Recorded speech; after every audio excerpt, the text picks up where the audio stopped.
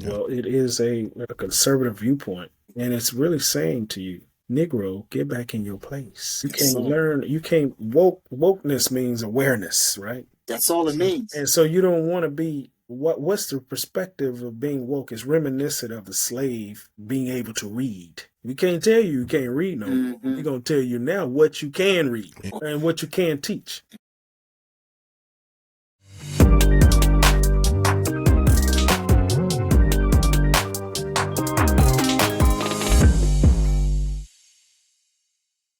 Greetings, my posse. Welcome to the Roundup with Rodney and Rodney.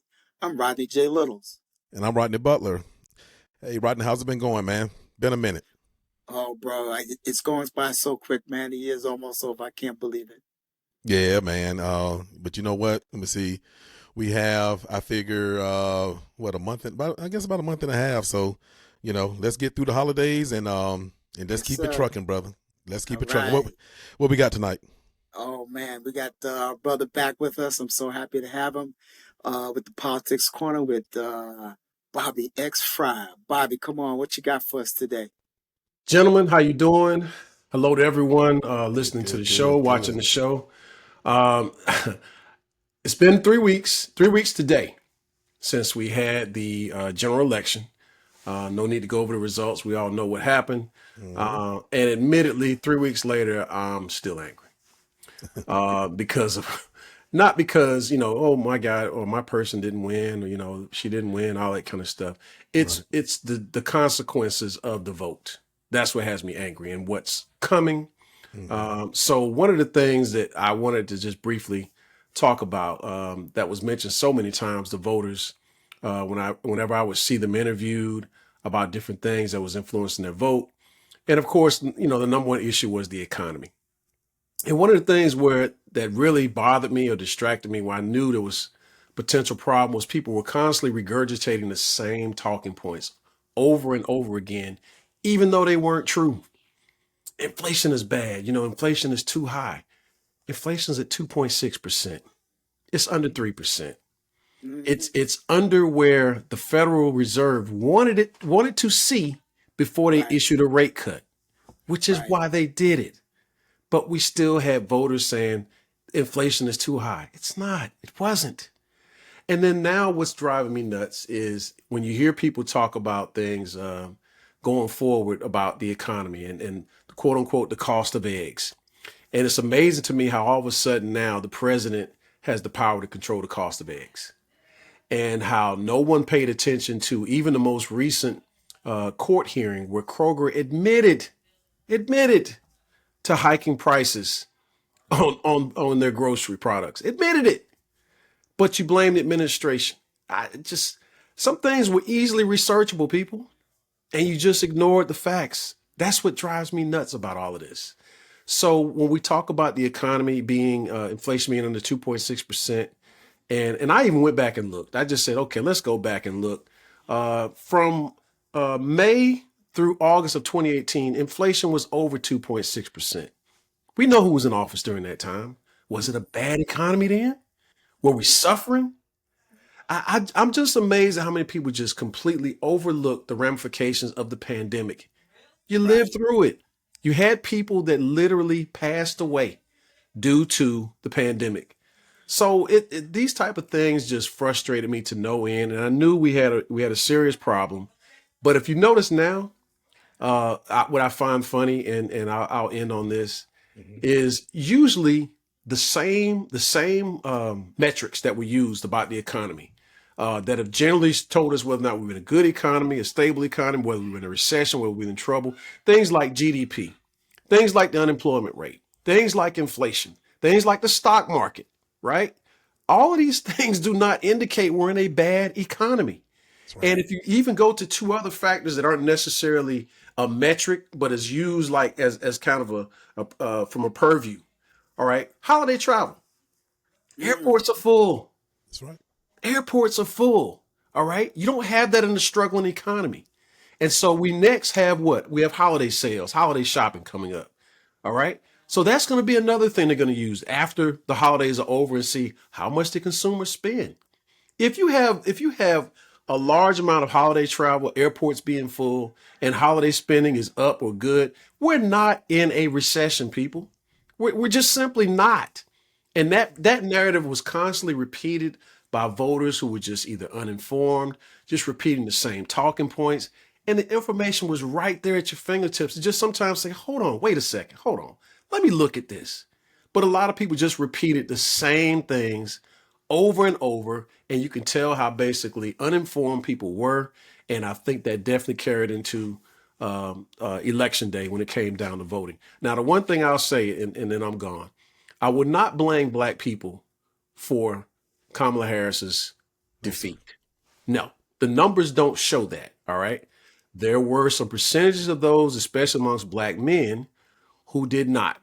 But I'm mostly upset with those who did not vote at all. Right. Okay. Exactly. That's generally where my venom is aimed at. So Yes. I will let you brothers, handle have your talking points on today's show. I know there are several things you guys are going to go over. So I just wanted to share that about the economy because it just frustrated me to no end and to see it carry over. And now you have people that are having buyer's remorse, so to speak, already because you're hearing about tariffs. I know you're going to talk about that. You're hearing about tariffs. You're hearing about the plans that are coming forth. And it's like, they didn't hide it. They told you. They told you. So the pain is coming. I don't like it for those who can't manage it. Who are going to be hurt by it. That's what bothers me and what irritates me the most is the pain that's going to be inflicted on those who didn't pay attention or for those that actually voted the other way and made sure that wanted this not to happen. But there's going to be pain inflicted on everyone. And that's what bothers me the most. So again, gentlemen, particularly those folks who actually supported the winner. That's right. And Bobby, before you get out of here, and like I said, of course, you the hype man for us, man. So you already got us fired up.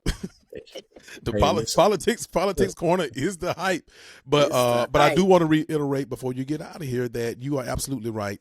The indicators of all this stuff about the economy, right? The indicators of a good economy is consumer confidence. Period. Right. Consumer confidence, and then I just want to reiterate what you said about people tried to scapegoat black people, especially black men, for this election, the results as far as the Democrats. And I just want to remind, since you brought it up, I just want to remind people that, as much as we love our black men, this is a black man's roundtable, but we only make up about 2% of the electorate. So if 2% of the electorate can swing a whole election, then boy, that election was you can count the ballots. Probably a single person can count the ballots.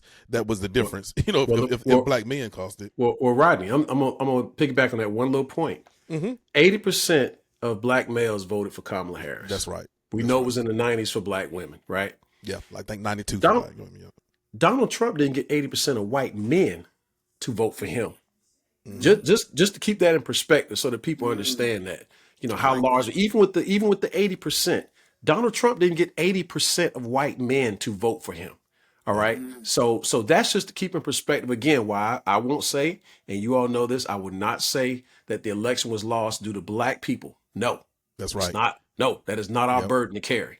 Live with the results. We were not part of the problem. And you know what, Bobby? Bobby, too? I was a little guilty of this as well. But, I'm going to say, everybody's trying to, assign. I hope that white women actually came out and voted for their self-interest this time, anonymity over their bodies and all this kind of stuff. But they just really didn't. They voted in the same percentage since 1964 that they vote for white men, presidents. But hey, they're going to have to deal with that. But what I want to say is this right here. Everybody looking at each group, everybody looking at each racial group or whatever, right? But here's the thing that we let off the hook, and that is white cisgender men. Okay. Nobody talk about the way they voted, but you know what? If those people right there, those white cisgender men, want to keep voting 64% for the Republican Party, or Donald Trump or whatever, well, you keep doing it. But I think we shouldn't let them off the hook, because that's what, and like I said, I've been guilty of it too, talking about everybody but cisgender white men. And we need to do that because they are always held to some kind of standard where they can just do anything. Right. You know what I'm saying? So yeah. So right now, I just want to get that in before I let you close out the segment and everything. So Yes, Yep. I agree with Bobby. I'm curious as to who and why and who these folks are that stayed home. That was Yeah. a tremendous amount of people. Yeah. Why was the reason that they stayed home? And I'm sure it's going to come out. I'd love to see a survey like AOC did of her voters who voted for her and Trump. And she got some excellent feedback by talking to those folks. I like to hear what those folks have to say that did not vote, that stayed home, that voted for Biden last time 4 years ago. Thank you, Bobby. Interesting. Interesting. Thank you, brothers. Have a All blessed right, Thank evening. you, now. buddy. See you next Happy week, All brother. right, bro. holidays. Yes, sir. You All right, too. bro. Yep. Oh my goodness. Oh my goodness. I am looking forward to this conversation with this gentleman that we're getting ready to bring on, Marshall J. Taggart Jr. He's at Clark Atlanta University as the Associate Vice President, Office of Governmental Affairs, Institutional Advancement Division, Political Science doctoral candidate in 2025, and a former Executive Airport Director and CEO. Wow. Brother Taggart has over 30 years of combined public, private, academic, consulting, and entrepreneurial experience. He's a high-performing management executive with expertise in building, optimizing organizational process, fiscal management systems, and capital infrastructure efficiencies to maximize business in accordance with federal, state, and local laws, rules, and regulations. He's a skilled strategist who transforms departmental strategic plans into workable solutions and benchmarks performance against key operational targets and goals. My kind of guy. uh, he's an Atlantan, and I have known him for a few years. Actually, he invited me to speak at one of his classes. I really enjoyed it, and I am just tickled pink to have you here this evening, my brother. He's going to talk to us about Black education in Georgia, what you need to know, your higher educational needs. But first, I can't let you come on my show with Rodney Butler and not talk to me about this past election and your thoughts. Absolutely. Thank you so much, brothers, for having me. Rodney, who would have thought it, right? In terms of this whole component. Well, I tell you, that's awesome marketing, and thank you for the introduction. But I will tell you, your first segment, as I listened to that excellent analysis, I'm just going to bring some more points. Yes, we know that 34% of white men voted in this election. 37%. This makes up the 100% pie of white women, but only 5% of black men and 7% of black women represented that piece of that pie. And so, what is this whole component? Because we talk about black and white. Trump got 59% of the white male vote, 52% for white women. We know that in this case, Trump got 7% of the black women vote. All right. But what kind of tipped the favor was that Trump received 54% of the Latino men vote. Now, even though that's large in the percentage category, when you look at the total perspective, that's 6%. So this is coalition piece, kind of reminiscent of what we saw with Obama.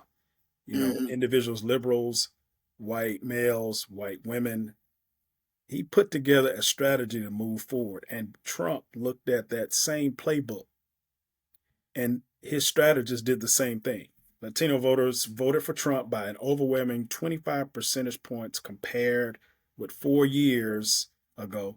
And so Trump's gains included a large shift among Latino men who backed him over Harris by 10 points. And so when you place this piece together, that component, because we are a voting bloc, regardless if 20%, what they say, black men voted for Trump, that was a fallacy. That was a last minute attempt to move into the direction to break that voting bloc. So brothers and sisters on this who's listening to this component, and my black brothers who put together this form, we came through and we're loyal and we voted.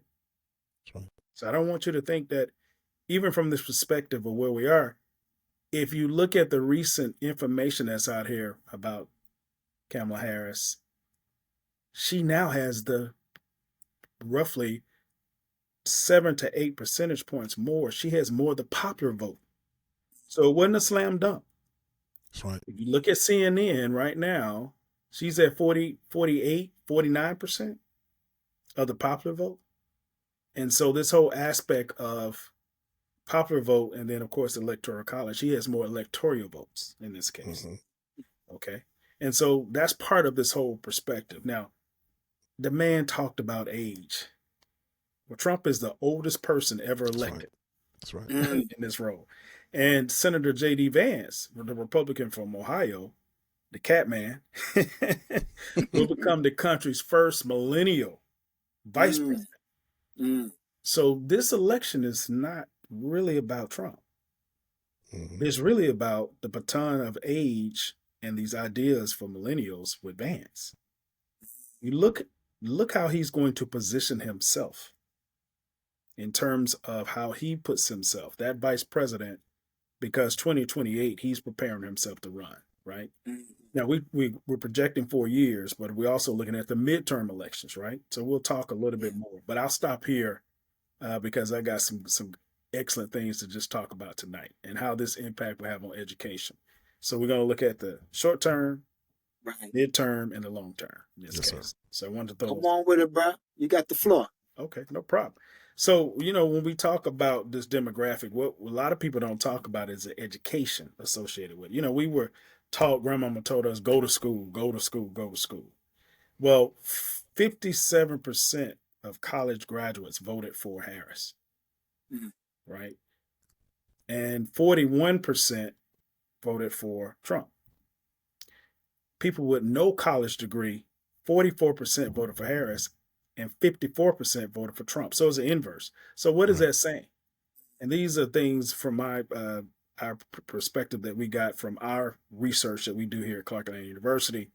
What we're seeing is that more individuals without a college degree, black or white, okay, without, voted for Trump. And most of those individuals were in rural counties Mm, or rural areas. mhm. And so look at the dichotomy associated with us trying to dissect this, because we have to look at this from a lens of that people that fit that demographic. No college education in a rural environment, kind of really parochial in some of these areas. I've lived in a lot of cities that are parochial with me in my airport career, Tallahassee, Montgomery, really one way, myopic way of thinking, right? To protect how we move. And so the messaging associated with the economy, when people don't realize the economy is not prices, they're two different Mm, things. mhm. But if you link the average person, no college education, and people who are out in this perspective, they can't tell the difference. The economy is booming right now, Yes, sir. right? And we know that and we know from this perspective with interest rates and things that are taking place. We saw that with the stock market. People have cash, they're just sitting on the cash. And folks are basically moving in a direction to spend the money, right? So this is the snapshot of where we are. When we forecast this going forward, what does that mean when tariffs are instituted? Most of the produce is produced in Mexico. So you're going to have a 10% tax piece that we will in turn require a tariff for us, but we're going to tax the hell out of our neighbors. How is that going to work? He said that day one. This is Trump who I'm referring to. So we have to really clearly understand how does this move in this direction about what's stated and then what's reality. A lot of this is to whip up the base and to make sure individuals will in turn move in that mindset to continuously support the whole rhetoric in terms of their ideology, right? So the other piece of this, I want to just kind of look at 2016 election, 2020 election, and 2024. Okay. Trump received an additional 30% of the vote. That when you trend, when back in 2016, he got 27%. Then in 2020, he got 15%, but then he jumped another 15 points to make it 30% in 2024. Essentially, what the Harris campaign didn't do, it didn't give a perspective to really define what this meant. Bring back democracy. We won't go back. These messaging, while it sounds stately, I think in this case, it did not resonate, particularly with Latino voters who did not understand that concept. Particularly with most white women, it did not resonate, right? Suburban white women, since we're talking about that, and a lot of people don't know, Trump got 4% of the vote in 2016, but he also got 4% of the vote for people that live in the suburbs as well for 2024.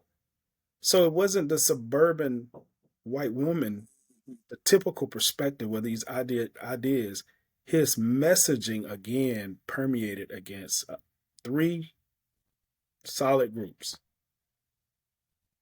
individuals who are Latinos, white males, and white males. This whole aspect of these bedroom communities, particularly across both urban and suburban areas, it really, the message resonated with white women. And the economy was not the issue. The issue had to do with prices. It had to do with the perspective and the fear and the race aspects of individuals coming to take your job, i.e., DEI and woke culture. That scared the hell out of white women. And that's what we do at Clark Atlanta University. We go take up a deep dive for looking at race because we're at HBCU, and that's key. And that plays a lot into where we are in this case. Urban areas, 26% in 2016 for Clinton, 22% for Biden, and Harris got 21%. So effectively, she did poorly when you kind of stack her up against both Hillary Clinton and Joe Biden. I don't know if you guys were there looking at Philadelphia, Pittsburgh, right? Those areas in terms of Philadelphia, I'm sorry, Pennsylvania. When you're looking at Pennsylvania in this case for those cities, a lot of folks voted in with their conscience or just stayed out of the race, period.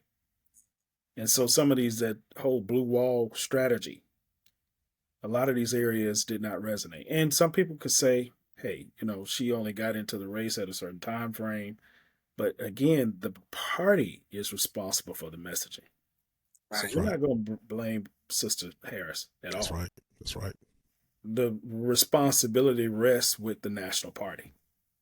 Agreed. And we have to really, really agree with that, or we can disagree with it. But at the end of the day, the buck stops with the party.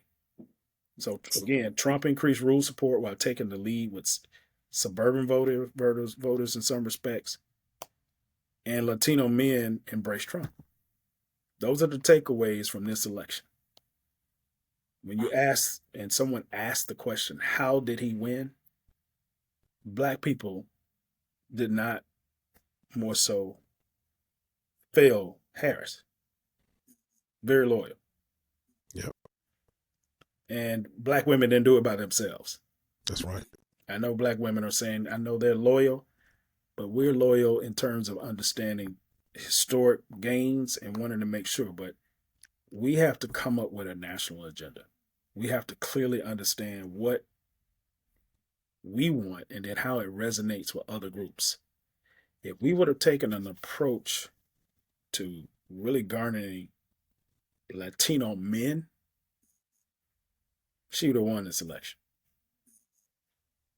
Well, do you think that because of the machismo perspective of Hispanic men, that the gender had an issue?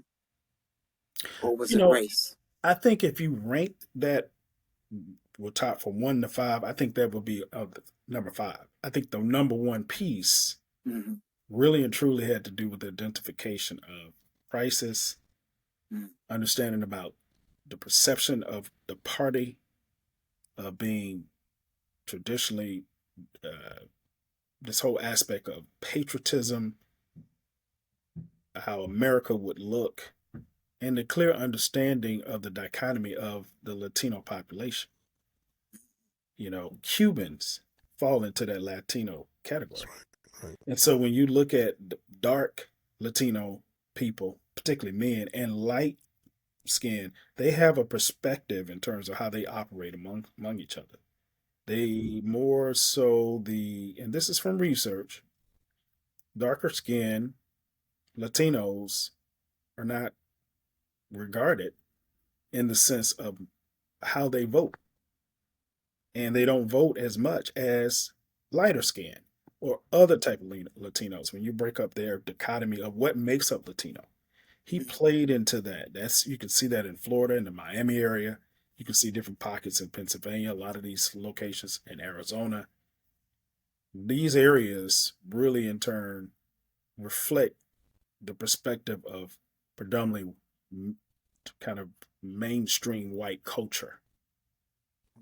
Okay, the pedagogy of how white people think, and what their value systems are. And so there was no thought in any form of fashion that their parents will be deported back to Mexico. Wow. And even though the promise was made to do so. Because they don't associate with it. It's kind of like what African American middle class individuals, upper elite.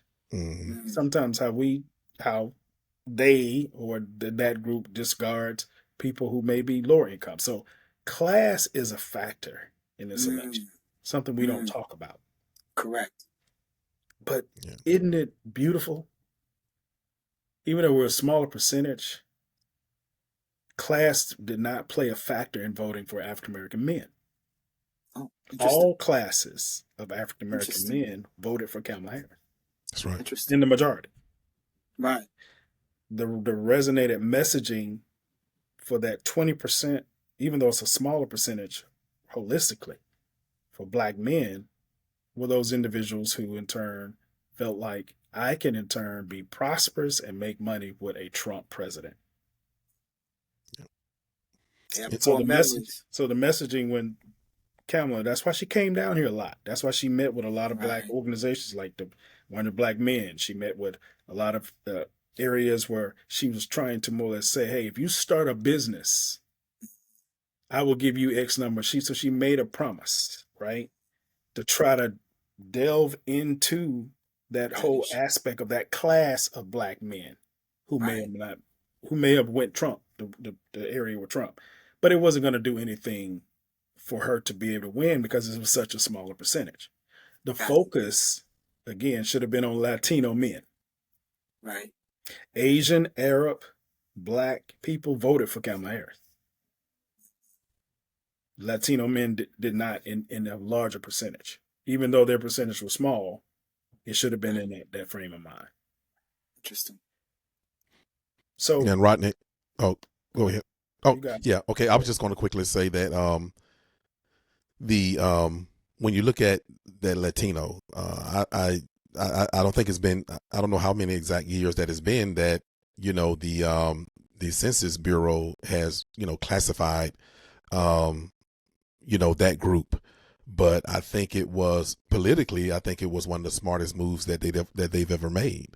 Latino is, it's not it's not a race, it's just not we all know race is a made up construct anyway, right?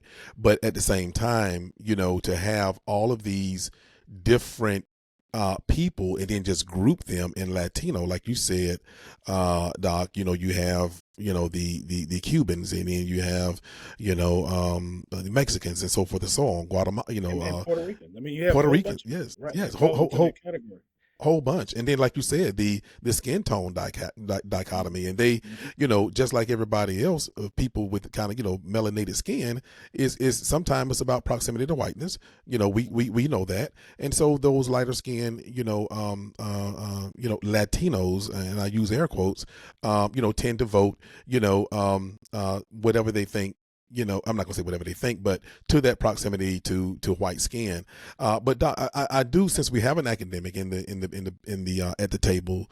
I know that you talked about, maybe us, or maybe, the Democrats or whatever, focusing on the Latinos. That 55%, like you said, is a pretty big percentage of the 6% overall that voted for Donald Trump. I've just always thought that the Democratic Party missed it, since 1964, the Civil Rights Act. And I just want to get your opinion on this. 1964 Civil Rights Act passes, okay? And of course, the Republicans, do a whole strategy of, getting that, kickback, right? And so it's been 60 years. but something, Democrats every year in and year out tend to talk about going after these suburban white women. White women has voted for the president at about 52% average ever since 1964.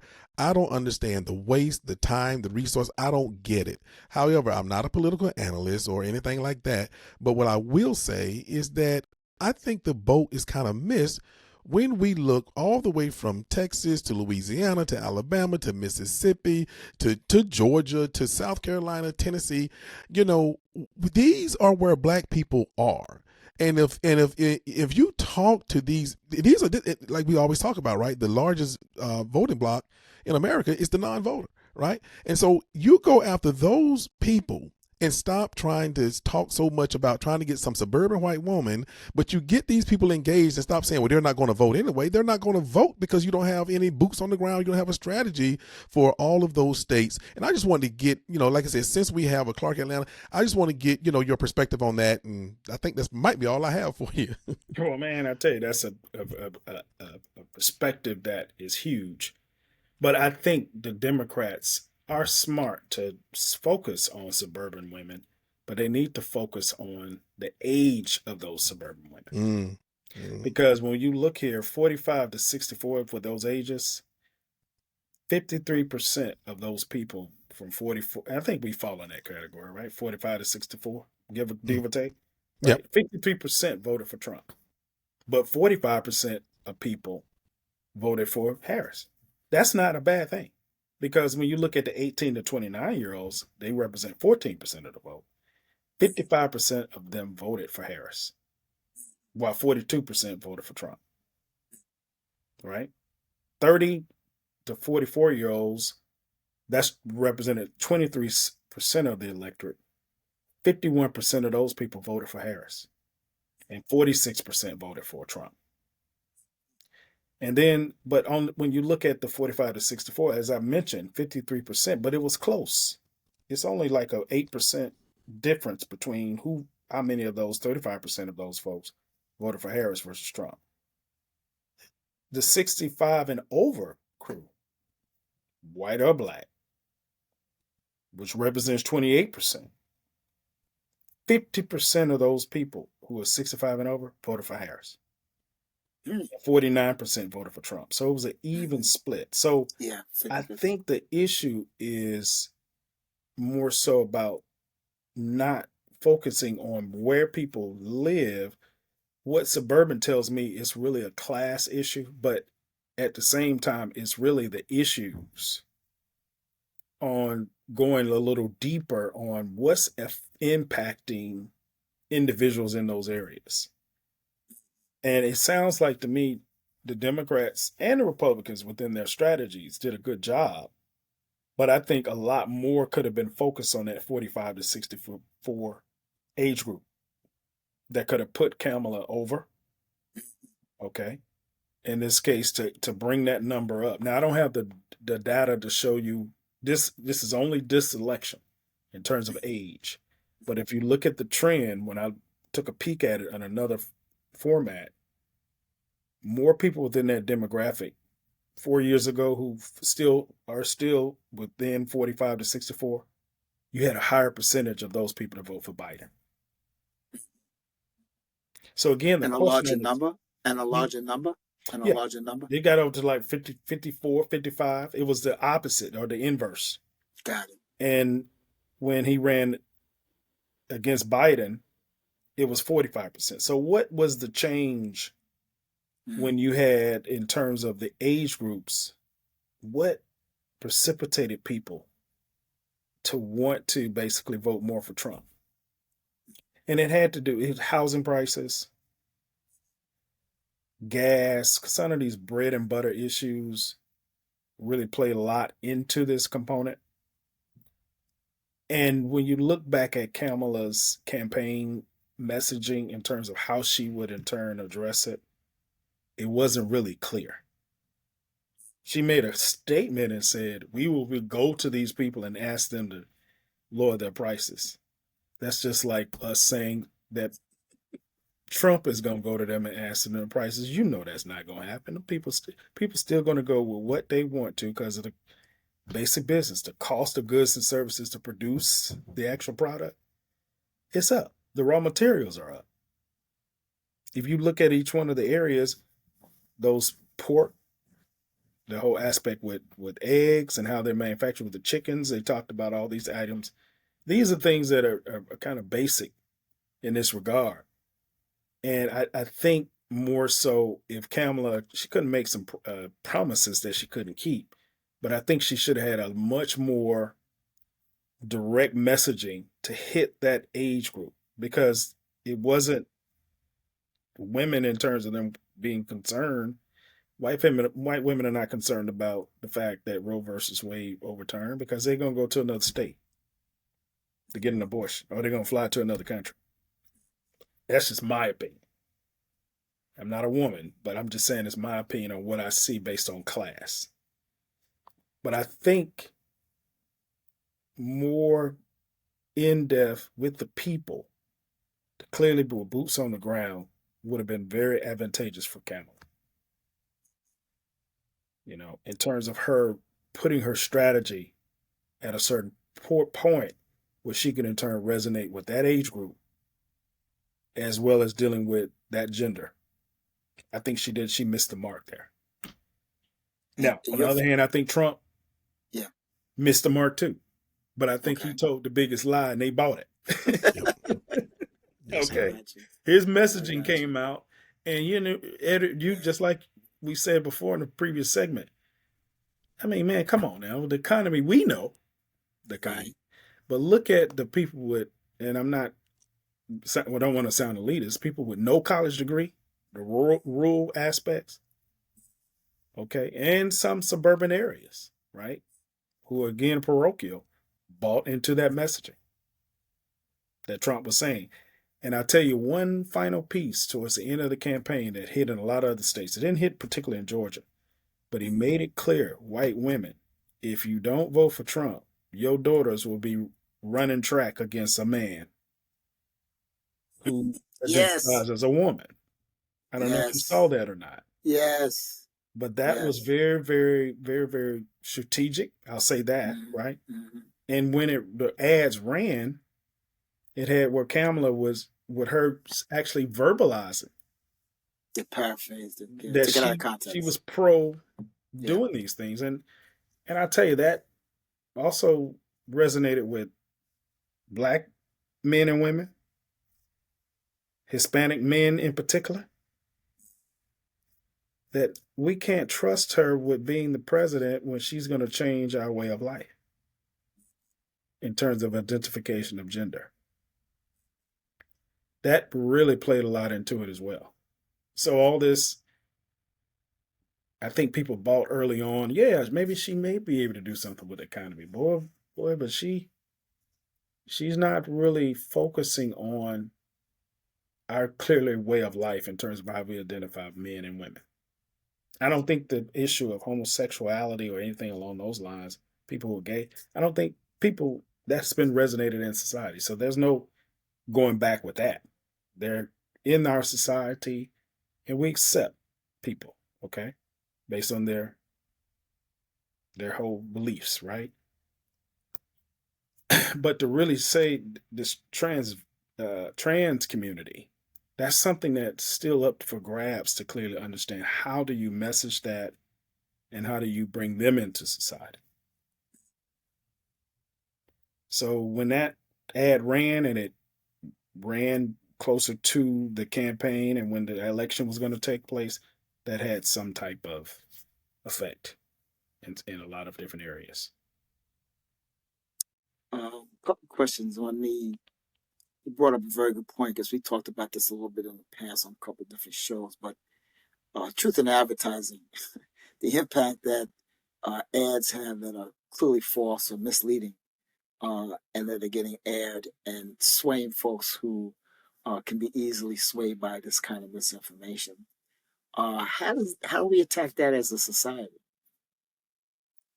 I don't think you can attack it. I think people have to clearly begin to understand. I think we can do education campaigns, Rodney, to dispel rhetoric that goes out. But I think this is just myself in terms of where I believe coalition building is a lot more strategic. If you look at the fact that 92% of black women voted for Harris, and was it 80+% female voted for her that were Latino, there has to be some coalitions associated with this. Because once you build a coalition, you can begin to educate, right? And I think there has to be some type of coalition with that voting block of Latino men who are, if the trend continues like it is, you'll have an 80% to 90% voting block of every Latino man voting for Harris, or voting Republican, or voting Democrat. You know, if you don't put your arms around to understand what their needs are and essentially what it means to be Latino in this country. They're the fastest growing population, and they want a piece of the American pie as well. And so whoever's giving, to back to your point about those ads and making sure that they sell the messaging in such a way, whoever controls that aspect will always get their vote, whether it be true or false.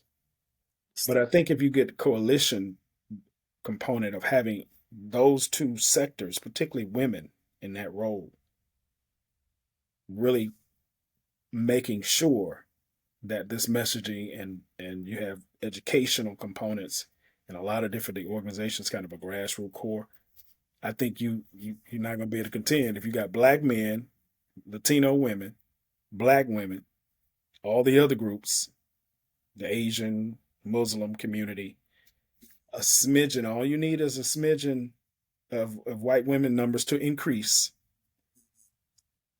and still deal with the liberal white male. I think you'll have a coalition component there.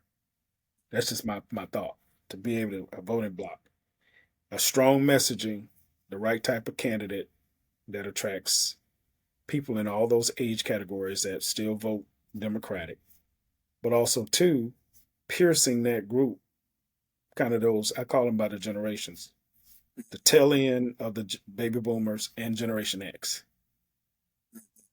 That's who in turn didn't vote for Harris in the numbers that they've had in the past.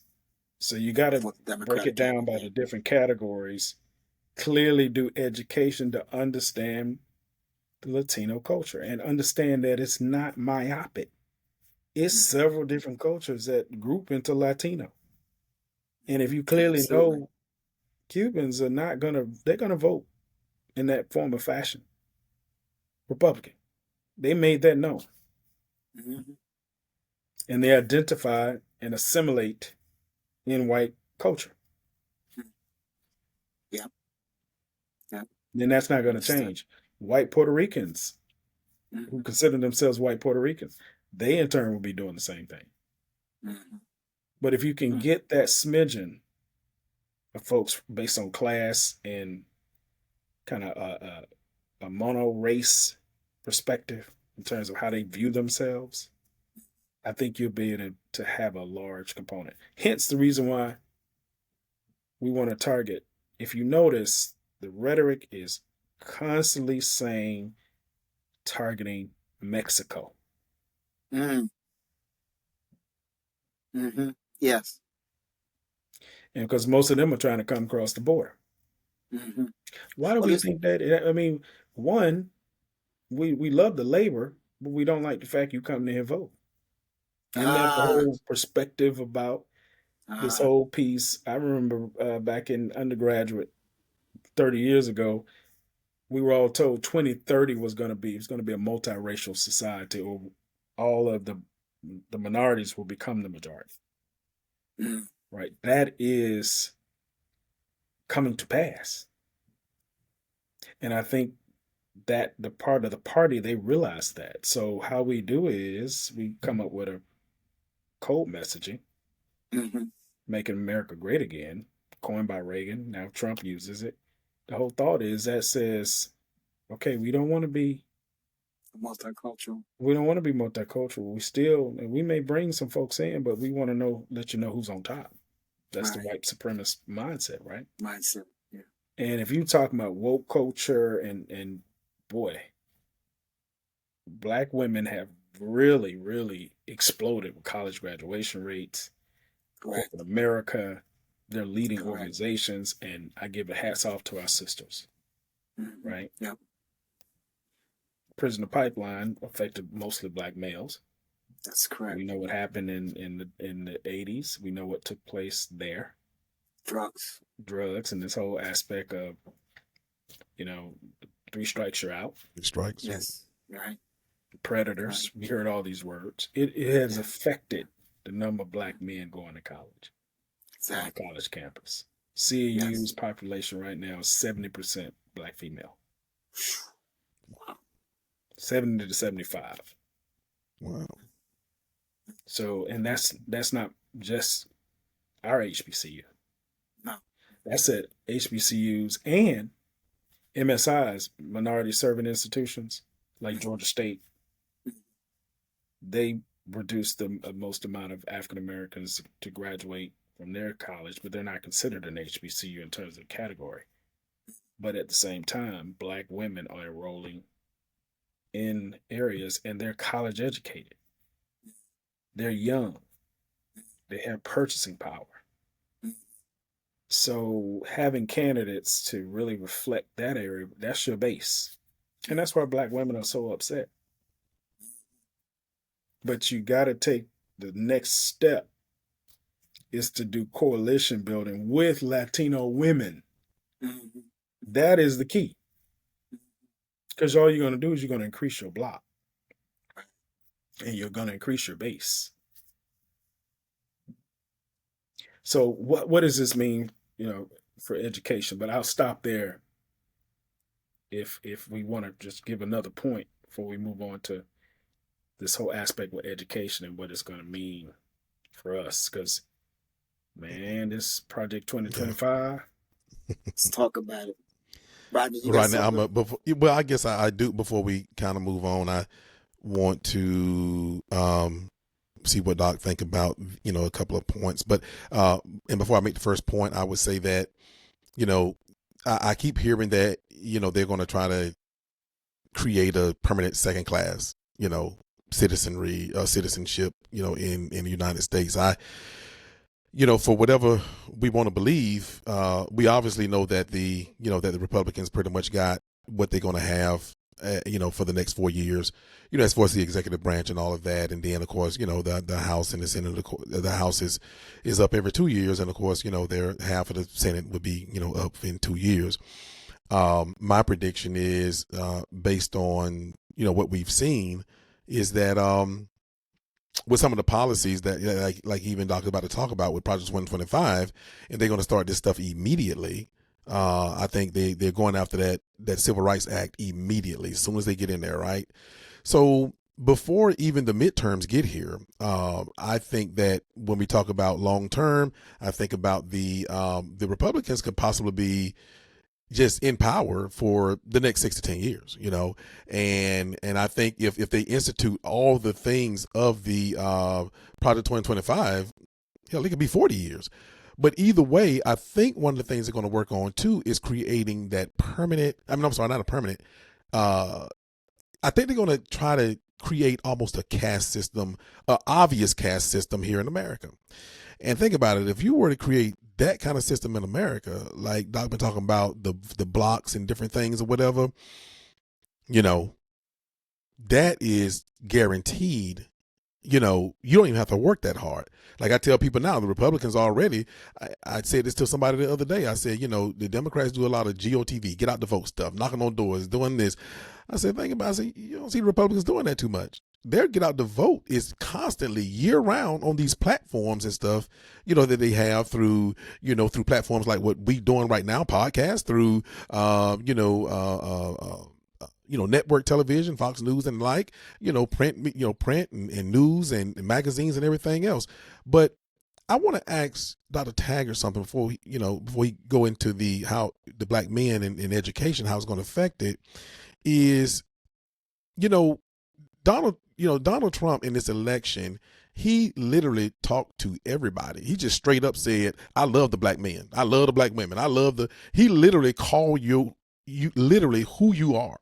Like I love the garbage workers. He don't care, whatever. He don't try to paint it. And so I'm asking that, where I'm going with this is that Barack Obama embraced his blackness.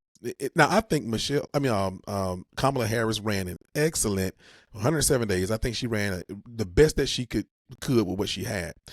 But if there's one flaw, and this is probably going to be the only flaw, Rodney, that you hear me say on all our platforms, throughout the roundtable of, and everything, but is that I believe, like Barack Obama, she should have embraced her blackness and not run away from it. She didn't mention it. She stayed away from it. She, when they mentioned it, she was like, next question. Right. And so HBCU, Doc, I am under the notion that she should have, like Barack Obama, kind of embraced her blackness, not being afraid to say, I'm black, whatever. And I just want to get your thoughts on that before we move to the brothers in education. Well, it's interesting you said that. I lived in Chicago. My wife is a native Chicagoan. We met on Clark Atlanta University's campus, and I had an opportunity to go to church with Obama. I'm Reverend Wright. Oh yeah, got married at their church in 1998. And in terms, we were Trinitarians. I got baptized there. Our kids were baptized there. So understand that. And I bring him up because President Obama didn't embrace his blackness until they aired the aspect of Reverend Wright talking about being unapologetically black. And that's when he came out and made a speech about blackness. So I didn't ever see the brother come out and say, hey, I'm a black man. I worked on his campaign, senatorial campaign. He never said that. And I think from a national scale, we have to clearly understand that our running for president, how it resonates with the total electorate, has to be neutral in some respects, right?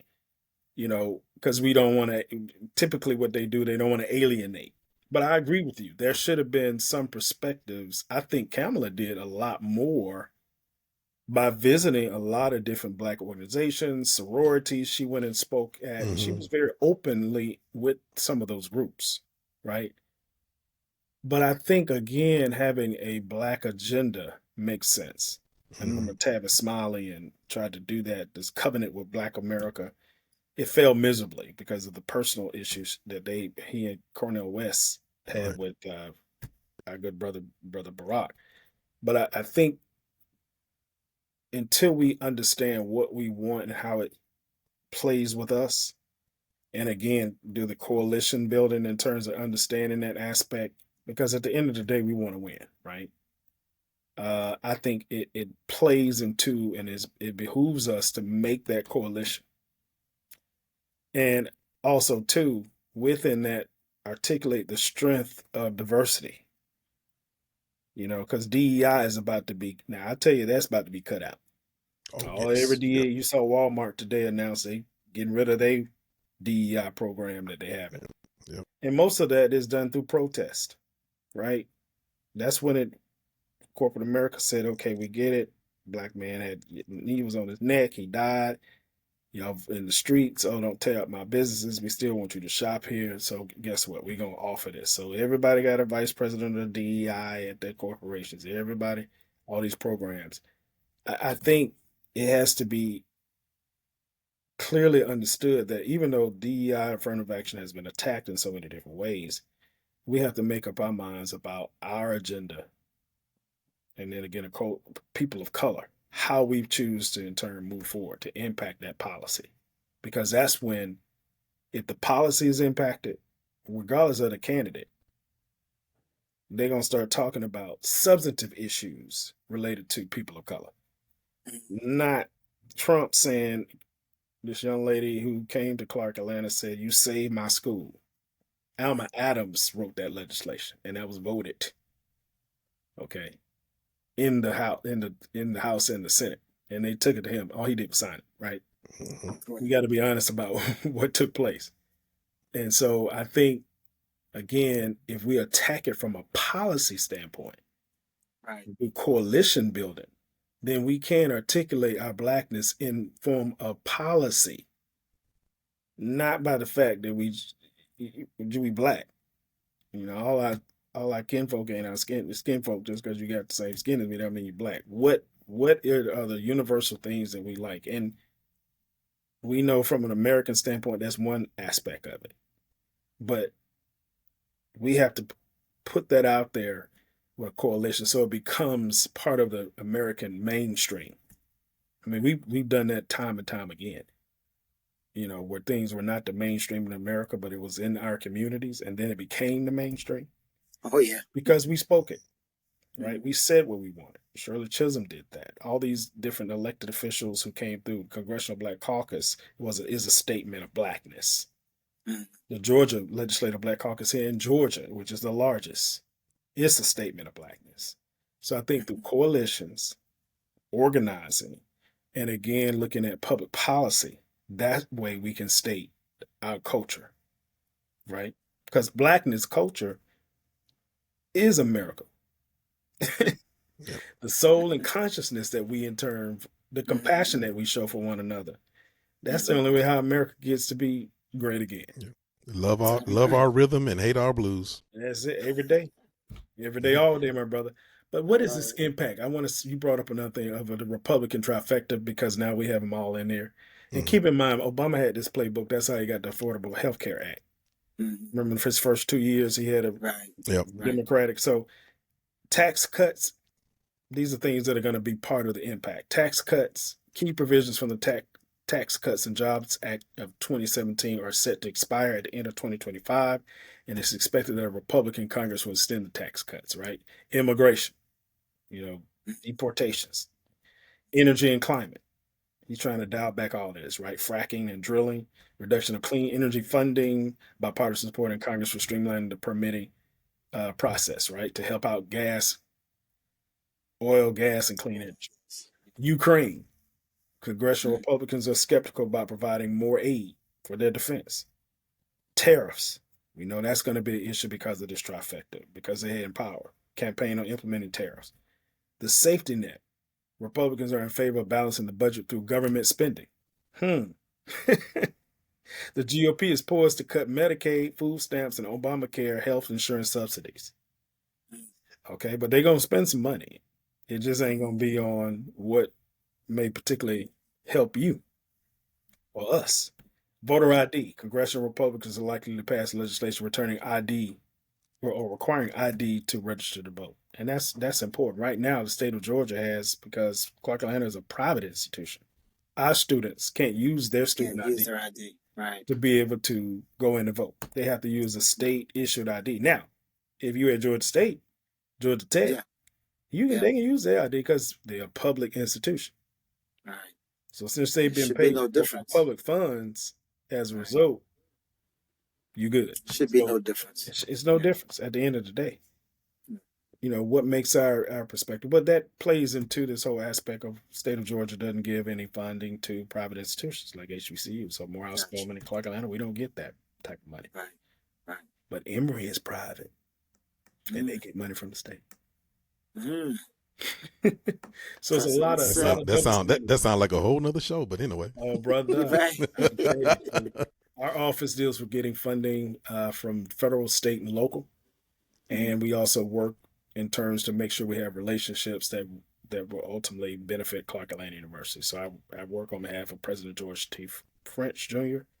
in terms of this aspect. He is doing a phenomenal job in terms of, not because he's my boss, I can say this because at the same time I'm an alum. And so he's moving the needle for the institution. So these are the things that we strategize because we have CAU Day at the Capitol and CAU Day on the Hill. Those are the things that we want to go to. So we've analyzed and looked at all the incoming freshmen, all these aspects to understand what do they run on and what are their passions. How are we going to basically make sure our delegation is secure with both our senators and then, of course, with our representatives, Hank Johnson being one of our alumnus of the institution, Nakima Williams, Lucy McBath, who's not part of our delegation, but she's definitely a friend of Clark Atlanta University, and several others, in this case. So David Scott is also a friend. I just want to make that clear. And so we're going to really train our students to understand this midterm election. And then what impact can they have on policy as young students? Right. Okay. Because one of those things is, guess what, state? Increase the Pell Grant for these babies. They need additional funding to go to school. We're going to take a bread and butter approach, and we're going to use an economic approach the same way, knowing this dichotomy of where we are now, to be able to get what we need for our students. Right. So we definitely want to make sure Pell Grant funding is made available to our students, because they're ultimately going to reduce that amount. But Rodney Butler, I hope I answered your question. No, you did, and all I was thinking about when you was talking about the Pell Grants just there at the very end, you know, I'm just thinking so hard about you know, them eliminating, you know, the Department of Education as part of you know, Project 2025, and so goes DOE, so goes maybe Pell Grants and different things like that, or significant. Yeah. First of all, let's be clear. Department of Education is not going to be going away. Okay. They're going to really try to farm it out to the states having the rights to in turn deal with that whole aspect of it. Right. So, you know, the whole House Education and Workforce Committee, they made significant strides to replace the different people on the committees to deal with the higher ranking perspective. But the things that are first priority for that within the next 2 years, everything that's the End Woke Higher Education Act, House, that's 3724, if anybody wants to look up this information. It amends the Higher Education Act of 1965 to limiting accrediting agencies and associations' ability to link federal funding to an institution's political or ideological beliefs. So that's a very, very fine line for HBCUs.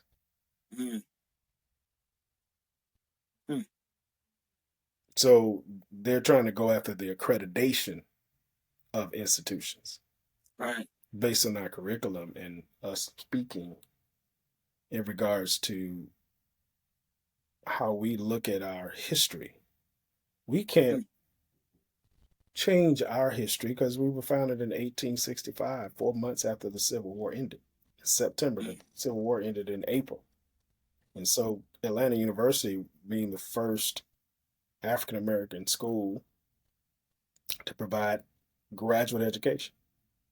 If you were Black in Georgia and were from the state of Georgia, you apply for UGA, you'll get a note from the state, hey, you can't go to UGA, but we will pay for your education at AU and any other graduate schools north. So if you look back in yearbooks from Atlanta Public Schools, most of those teachers, Atlanta Public Schools in the 60s, 50s, that taught my mom and dad, most of them had Ivy League education because the state paid for them. That's separate but equal. You can't go to UGA, but we'll send you up north. And they paid the tuition waiver. So when you talk about this whole aspect of Pell Grants in theory have always been here. And it's always been of essential of race-based education. But we're very concerned about this whole aspect of accreditation associated with this committee. Okay, so that's one aspect of it in terms of how they planning to come related to us, this whole aspect of woke culture. And our woke culture it opens up the pineal gland, right? The mindset and the mind begins to move, and we begin to really be like, wait a minute. Like right now, Tennessee State is underfunded, and they attacking the former president of Tennessee State, Glenda Glover, who essentially, when she was president, made some decisions to use COVID money to essentially attract students to that institution. So her enrollment went up. And so now with the funding associated, the students got there into school, but they can't pay for and maintain to stay in school. So they're blaming her for, in turn, putting in a situation to where a lot of the students left. So they've laid off 119 students.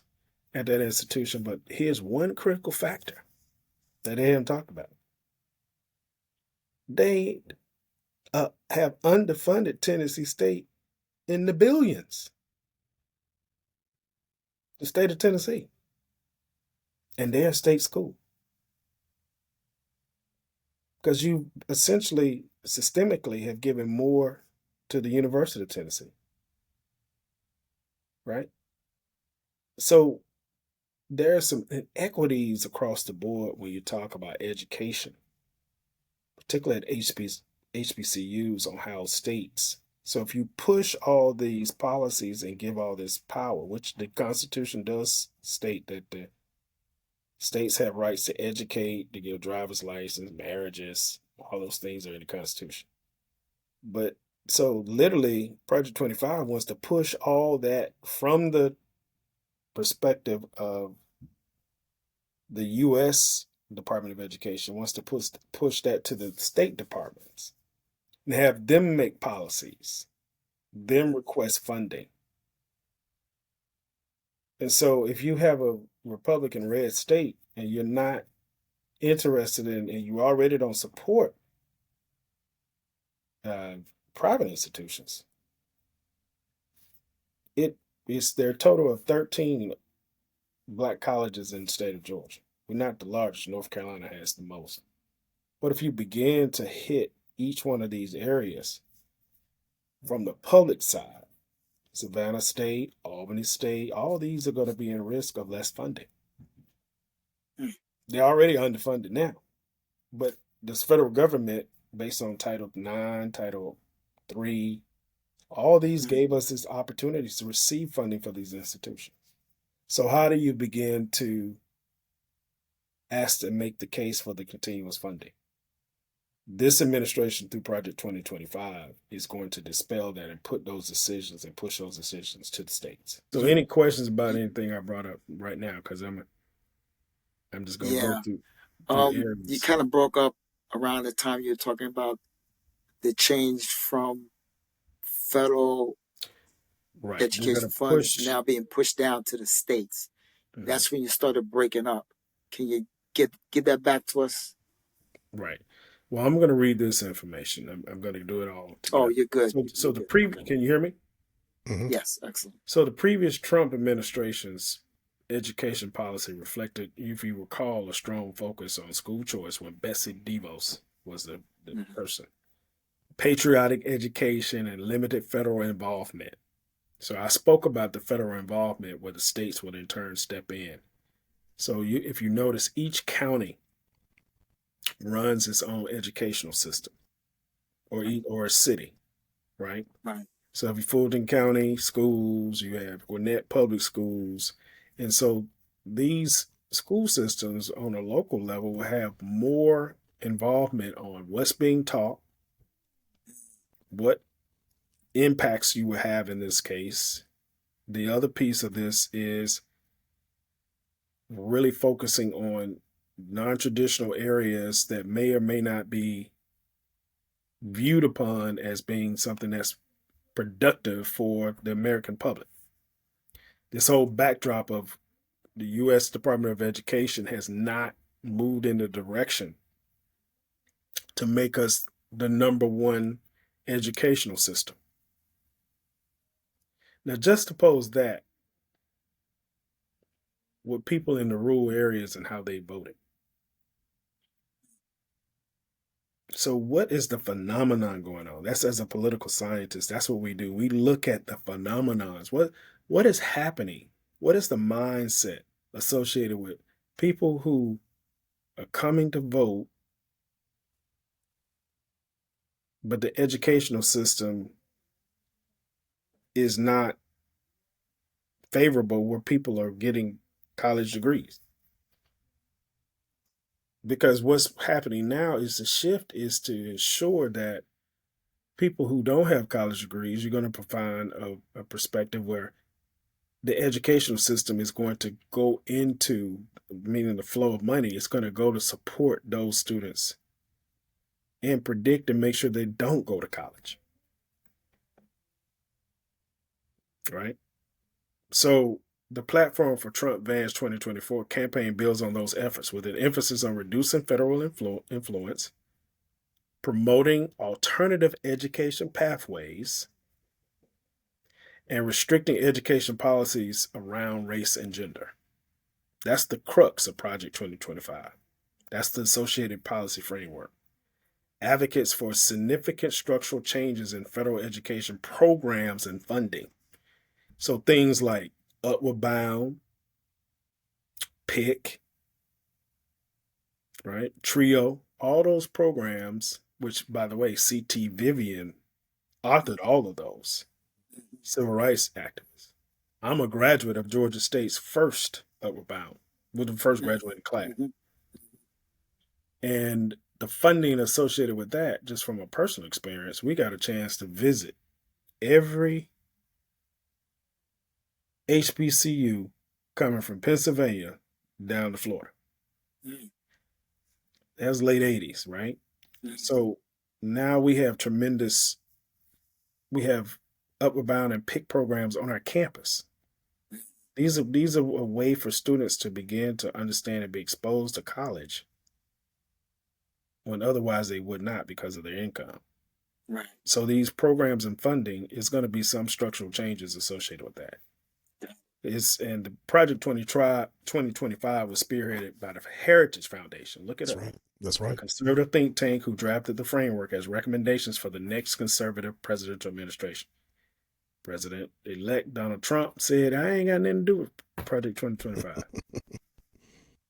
They distanced themselves from Project 2025 and emphasized that the document is not associated with the campaign or president. Well, ladies and gentlemen, that is untrue. That's not new. Look at his appointments. Oh, yeah. The guy who's associated with the Heritage Foundation is part of the appointment to run the budget office. That's right. For the United States. Look at the treasurer. All these people he's put in place, a very highly focused perspective, and really wants to curtail the teaching of critical race theory, supported career-focused education, and emphasize the First Amendment rights on college campuses. So now we're going to the college level. I just told you about the public education. His administration signed the Strengthening Career and Technical Education for the 21st Century Act, supporting vocational programs, and implemented changes to Title IX for handling sexual misconduct. So getting into this whole aspect of transgender, right? And if you recall the cases where these white males were doing things to students, etc., well, he's trying to dial that back to make sure that they're not put in a situation, particularly white males, that they would be tried.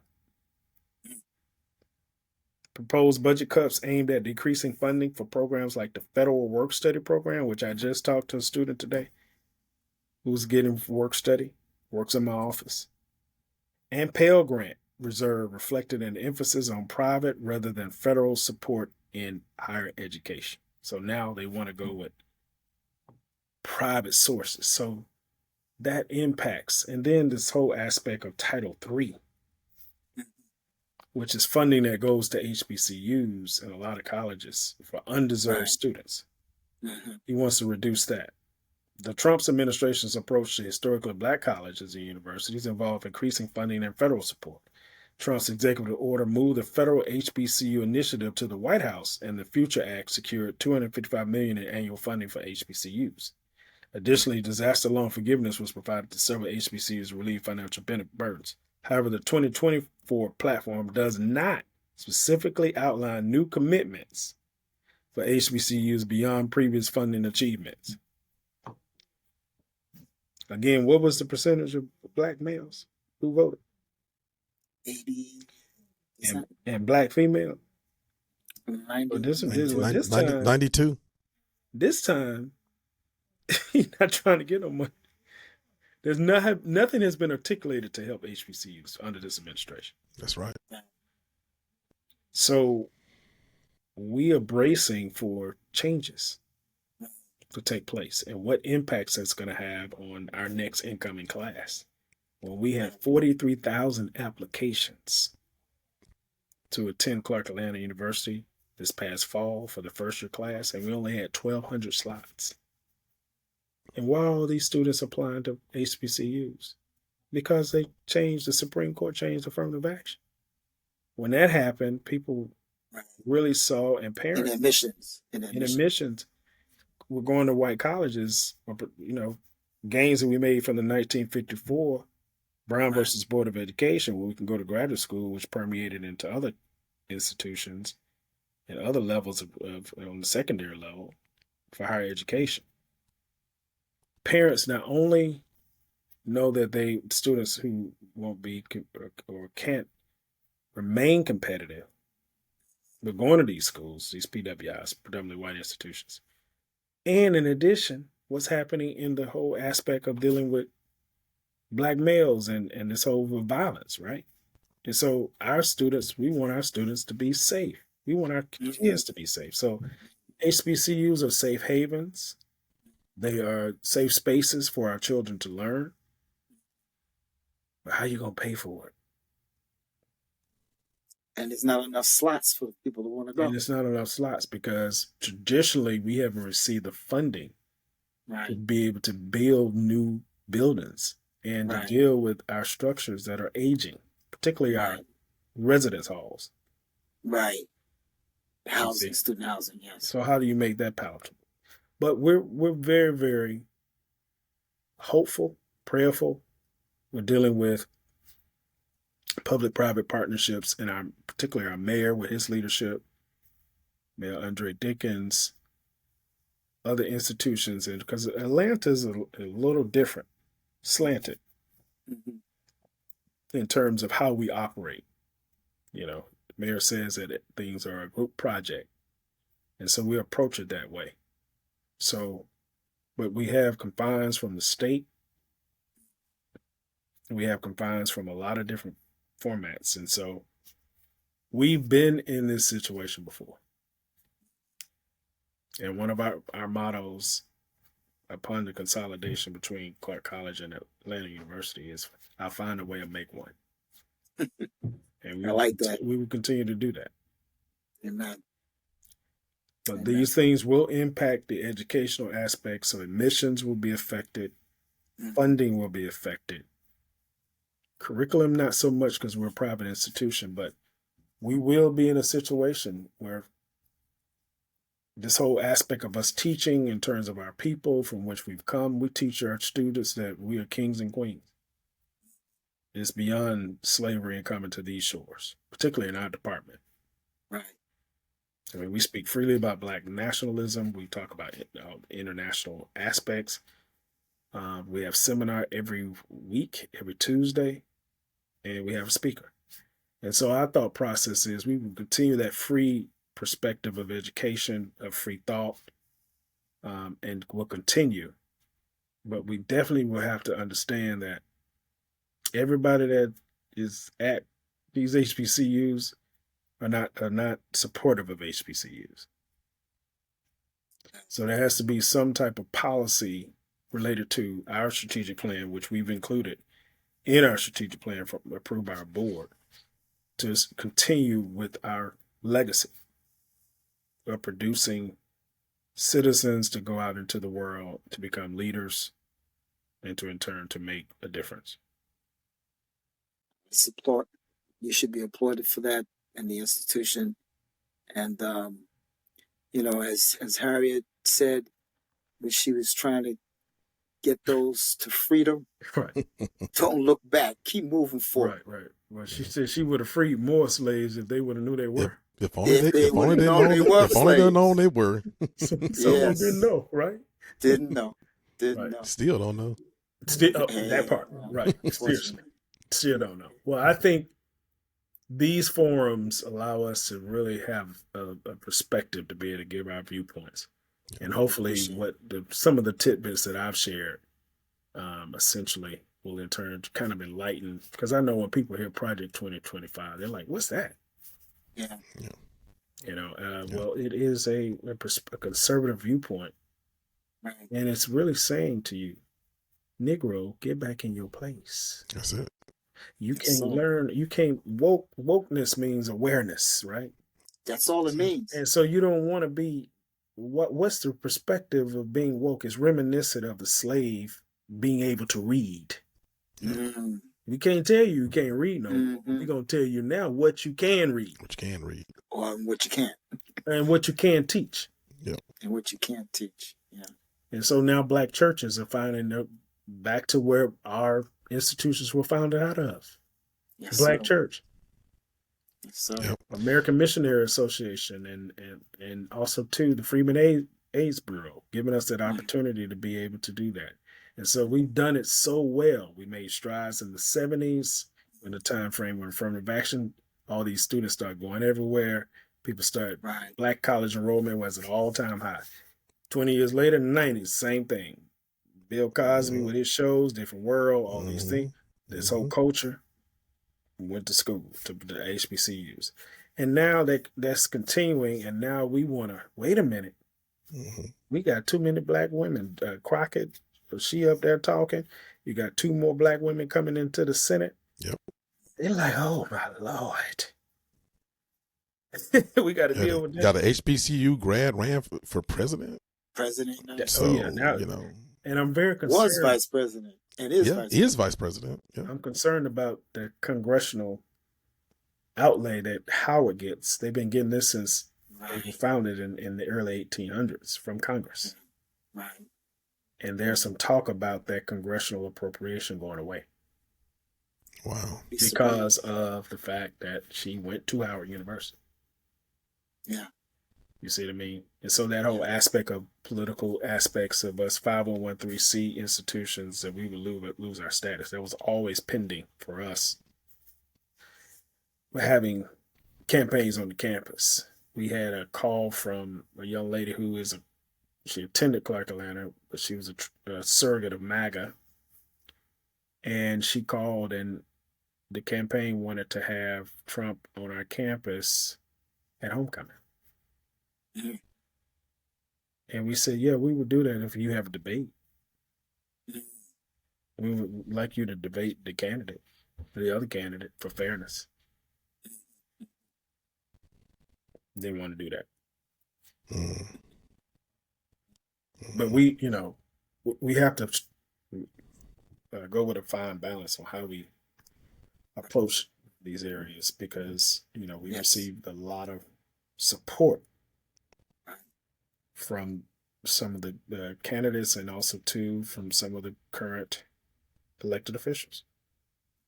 And so we thank those elected officials who was able to get us earmarks for our institution. Yeah.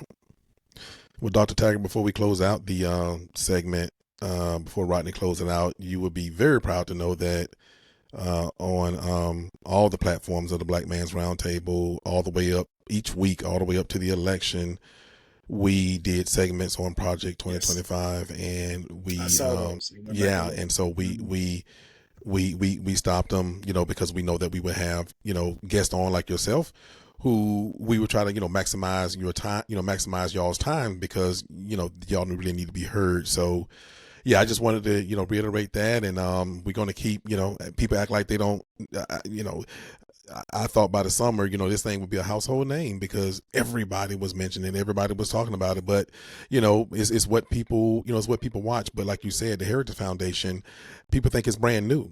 This thing's been worked on for many, many years. It probably started out as a pamphlet, and now it's 923 pages or whatever it is. So I just wanted to make sure you knew that before Rodney, close out the segment. And yes, I was very much aware, brothers, and I appreciate what you guys are doing, just keeping it in the community for people to understand, because to get awareness. Yeah. The key is a lot of times things it doesn't resonate with our community until it hits us. Mm-hmm. But if I may, this backdrop on January 20th is the same day as MLK Day. Yes, sir. You got to be still and listen to God, right? Mm-hmm. And that never has happened before. Yep. That's right. right? That's right. And to have the ancestors in this case with our brother Martin and things that reminisce it, that is a clear way to clearly have an area of protest. Yep. For us to do service. Yes, sir. And to become educated about what's about to come so we can in turn brace ourselves for that win. So I hope that our organizations and our institutions really, really push that. And I've, on a personal note, and for what I do in, different organizations or whatever, I've definitely pushed that across America, there should be no place, I don't care how rural or whatever a place is in America, where the African Americans in that community does not have an option to go and do some type of service that definitely lasts through high noon on that day, and hopefully 30 to 40 minutes afterwards, because everything should be over, and then and then we start to do our thing. Yeah. Mm-hmm. Particularly around the DC area, I would agree. I think absolutely. I think that whole aspect of organizing, a lot of respects to really do some service for our communities. Yeah, will send a strong message that we're not worried about who in the White House. It's not our president. We weren't worried about the one, Woodrow Wilson, who looked at Birth of the Nation in the Capitol. Yep. When the Klan was going down the street. Yep. Right, and they would let black folks eat in the cafeteria. We weren't worried about that when Ivan Allen was there, and they had to in the mayor's office, and black folks couldn't come in the cafeteria in the city hall. That's right. We weren't worried about none of that. Maddox wouldn't allow the folks for the Atlanta student movement when he was governor, and had sharpshooters around the Capitol because he thought people were going to protest when King died. Yeah. I mean, the struggle still continues, man. Yes, sir. Brother Taggart, we really appreciate the time you spent with us this evening. And my apologies, I should have been on here earlier, but everything happened for a reason. No, you're on time, bro. You're on time. Yes, sir. That train is never late. Yes, sir. No, sir. This is the Roundup with Rodney and Rodney on the Black Men's Roundtable. Yes, sir. And you truly represented the type of guests that we'd like to have. So we appreciate you. Is there any parting words you'd like to leave to us? Is there any information that you would like to impart about the institution that you serve and how folks might participate? Well, CAU right now is getting ready for Thanksgiving. We'll be serving our students on this upcoming Thursday from 10 to 2. You're welcome to come by. I have on the shirt with the address, 233 James B. Brawley Drive, Virginia University. But more so, as we move forward, we really want to make sure the listeners understand that collectively as a people, we have to have faith. And as my pastor says, just to understand that, we are a resilient people and God is on our side. And so I think the more we do coalition building, the more we in turn educate on that day of service. I definitely would like to have people to come over to the campus to visit and actually just come and see the hallowed grounds that our president is preserving and the board. It is a phenomenal place to be among young people and seeing their views. And our future is bright. Personal note, full disclosure, my daughter is a graduate of Clark Atlanta University. I know, right? Yeah, you all the way. That's right. There you go. There you go. Amen. Amen. Amen. Well, thank you again. God bless. You too, brother. Peace.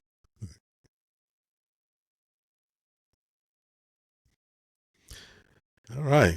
Rodney, that's a lot of information. So I know you're going to, let the people know what our hot topic was going to be, but we're going to save that one. We're going to save that one. So, yes, but yeah. I know we were going to. I think it was worth the time that we spent. Absolutely. Oh yeah. Definitely giving him that extra time is valuable, especially to our young people and students and people who are, looking at maybe going to Clark Atlanta University or any other the other HBCUs. So and the parents who are interested in what they need to do with their with their young ones going forward. So so yeah, we will save our Our spotlight. For the next time. So you can catch the Roundup with Rodney and Rodney on the second and fourth Thursdays of every month at 7 p.m. Eastern Time. Like and subscribe to Black Man's Roundtable on Facebook and YouTube. We are also on Spotify or wherever you get your podcasts. This is Rodney James Littles. Thank you for joining us. Peace, brother. Until next time, we'll keep rounding them up. Peace, Rodney. Peace. Peace. Don't forget to check us out on Spotify or wherever you get your podcasts. Do you have show ideas or want to be on the show? Shoot us an email at blackmansroundtable@gmail.com. And please follow us on Facebook. 1,